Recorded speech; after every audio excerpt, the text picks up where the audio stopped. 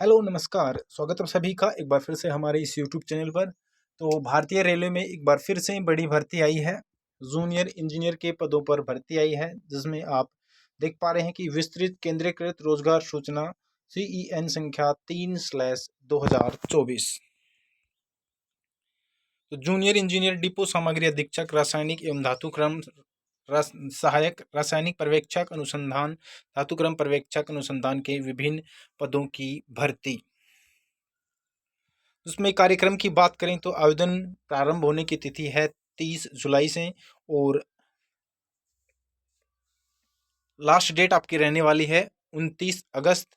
और आप जो करेक्शन विंडो है वो आपकी 30 अगस्त से 8 सितंबर तक खुली रहेगी, अगर आपका कोई करेक्शन हो जाता है तो आपकी जो जॉब का नेचर रहने वाला है वो लेवल 7 और लेवल 6 का रहने वाला है। प्रारंभिक वेतन आप देख पा रहे हैं, और एज आपकी 1/1/2025 के अनुसार काउंट की जाएगी। 18 से 36 वर्ष होनी चाहिए। और रासायनिक पर्यवेक्षक अनुसंधान और धातुक्रम पर्यवेक्षक अनुसंधान की जो पोस्टेज हैं वो सिर्फ RRB गोरखपुर के लिए हैं, और जो जूनियर इंजीनियर के पद हैं 7,934 पद हैं, वो सभी जितने भी जोन है रेलवे के उन सभी के लिए रहेंगी। और एक आवश्यक सूचना है कि इसमें कोविड-19 महामारी के कारण एक बार के उपाय के रूप में निर्धारित आयु सीमा से अधिक आयु में 3 वर्ष की छूट भी शामिल है।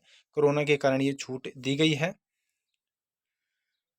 और सबसे इम्पोर्टेंट बात है कि जो भी कैंडिडेट निर्धारित शैक्षणिक तकनीकी योग्यता के अंतिम परीक्षा परिणाम की प्रतीक्षा कर रहे हैं, आवेदन के पात्र नहीं है। यानी कि जो भी कैंडिडेट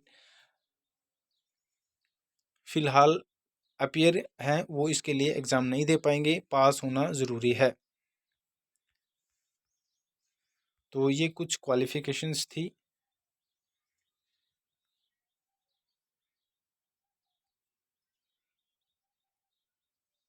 परीक्षा चरण की बात करें तो आपकी CBT 2 चरणों में होगी, प्री और मेंस, और उसके बाद आपका डॉक्यूमेंट वेरिफिकेशन और डिटेल मेडिकल एग्जामिनेशन होगा।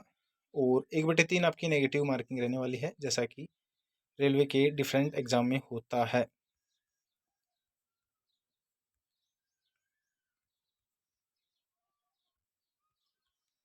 ये मेडिकल स्टैंडर्ड दे रखा है।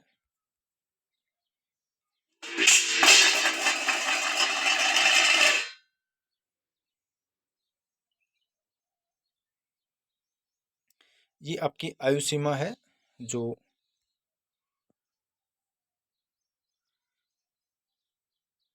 छूट भी इसमें लागू है कोविड-19 के पीरियड के दौरान।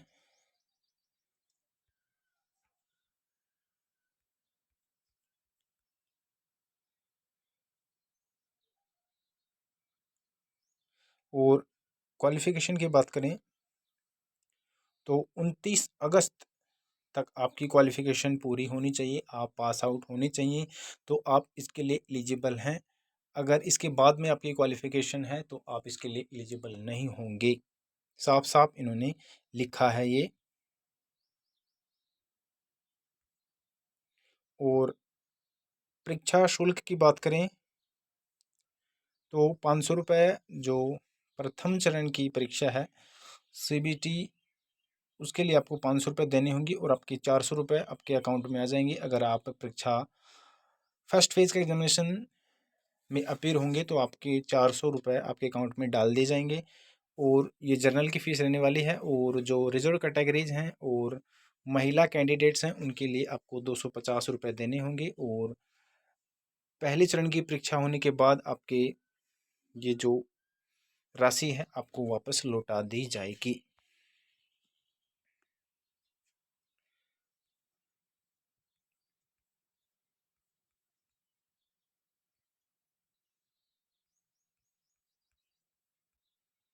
तो हम सीधा जो भी ब्रांचेज हैं इंजीनियरिंग की उनके ऊपर चलते हैं कि कौन कौन इसके लिए एलिजिबल है।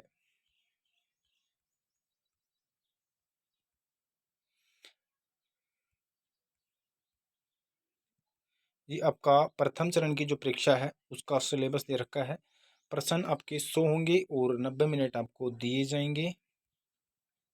इसमें ये आपका परीक्षा पैटर्न रहने वाला है। प्रथम चरण की परीक्षा के लिए गणित 30 नंबर का होगा और रीजनिंग 25 नंबर की होगी और सामान्य चेतना यानी कि जनरल नॉलेज आपकी 15 नंबर की और 30 नंबर का आपका होगा सामान्य विज्ञान यानी कि जर्नल साइंस। टोटल 100 नंबर का आपका पेपर होने वाला है और आपको 90 मिनट दिए जाएंगे। और मिनिमम जो क्वालिफाइंग मार्क है वो आपको जनरल के लिए 40%, EWS के लिए 40, OBC के लिए 30, SC के लिए 30, ST के लिए 25% आपको क्वालिफाइंग मार्क लाने ज़रूरी हैं अगले चरण की परीक्षा के लिए। तो जो द्वितीय चरण है उसमें कैटेगरी अनुसार 15 गुना कैंडिडेट को बुलाया जाएगा। 120 मिनट का आपका पेपर होगा। 150 क्वेश्चन रहने वाले हैं जिसमें पैटर्न की बात करें तो GS आपका 15 नंबर का होगा और फिजिक्स और केमिस्ट्री 15 नंबर का होगा। कंप्यूटर 10 का होगा। पर्यावरण और प्रदूषण नियंत्रण की जो मूल बातें हैं यानी कि एनवायरनमेंट आपका 10 नंबर का होगा और तकनीकी क्षमताएं आपने जिस भी फील्ड में इंजीनियरिंग की डिग्री हासिल की है वो आपका 100 अंक का होगा और टोटल मिलाकर 150 नंबर का आपका एग्ज़ाम होगा और 120 मिनट आपको दी जाएंगी। और बाकी जो भी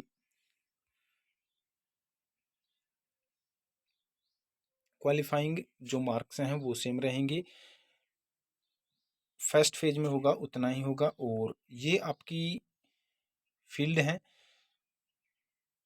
परीक्षा समूह की बात करें मैकेनिकल और सहायक इंजीनियरिंग में जो 3 वर्षीय डिप्लोमा या इंजीनियरिंग प्रौद्योगिकी में स्नातक की डिग्री आपके पास होनी चाहिए। आप ग्रेजुएट हो इंजीनियरिंग में या फिर आपके पास डिप्लोमा हो तो आप अप्लाई कर सकते हैं। जैसे mechanical engineering, production engineering, automobile manufacturing, mechatronics, industrial machining, tools and machining और tools and die making engineering.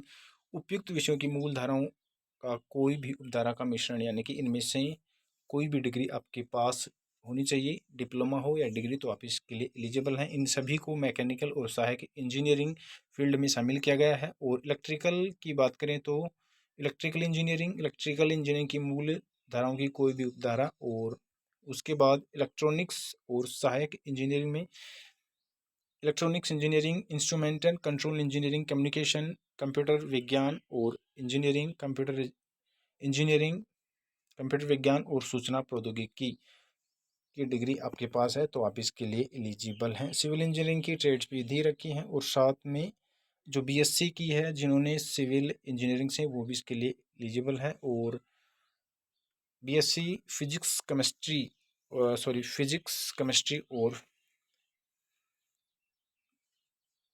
से की है वो भी इसके लिए एलिजिबल हैं।